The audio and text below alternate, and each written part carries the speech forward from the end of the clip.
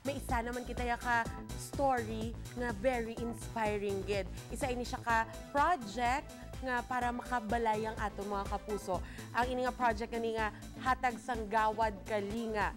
Nantawon ta sa aton nga approve.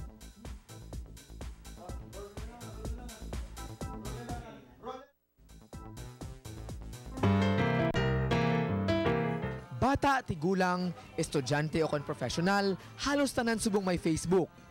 Kagang Facebook nakilala hindi lang bilang isa ka networking site. Ini man nangin bantog tungod sa mga nanari-sari nga videos nga sarang naton diri ma-browse. Kung sang una, mga international videos ang nagahari kag ginaistoryahan sa Facebook, subong nagahataw na ang aton mga local song kaangay sa mga kinarayanga ambahanon. Ini si Ulysses Clarito Loresto, nakabase sa Makati City. Mas kilala sa ila lugar sa Kasay Antiki na si Yuli.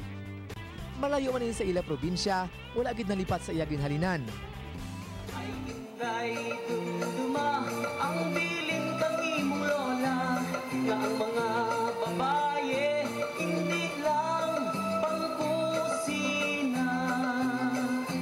Ay inday dumduma ang biling kang imong lola nga ang mga babaye pwede man magtumara.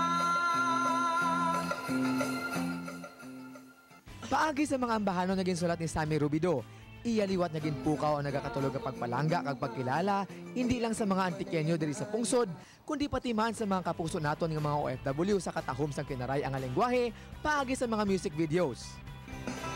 Hinanggap, kaglinapuhan, may aloy, na inasinan, pinsalada, nga batuan, adobo nga pangka, oo nga, mga buhay sa umaha, hindi ko bit magibaylo, sa syudad nga magamo, mga buhay sa umaha, hindi ko bit magibaylo, bisan pa, ako pilitin mo.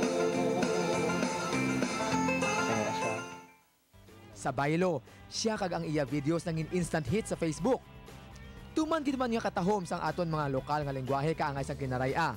Kag sa piyak sang pagsikat sa mga foreign nga mga ambahanon kag videos, kinahanglan gid naton sang isa ka tawo kaangay kay Yuli nga nagapadayon sa pagpalangga kag pagpreserbar sang isa ka butang nga bahin na sang aton kultura kag pagpangabuhi.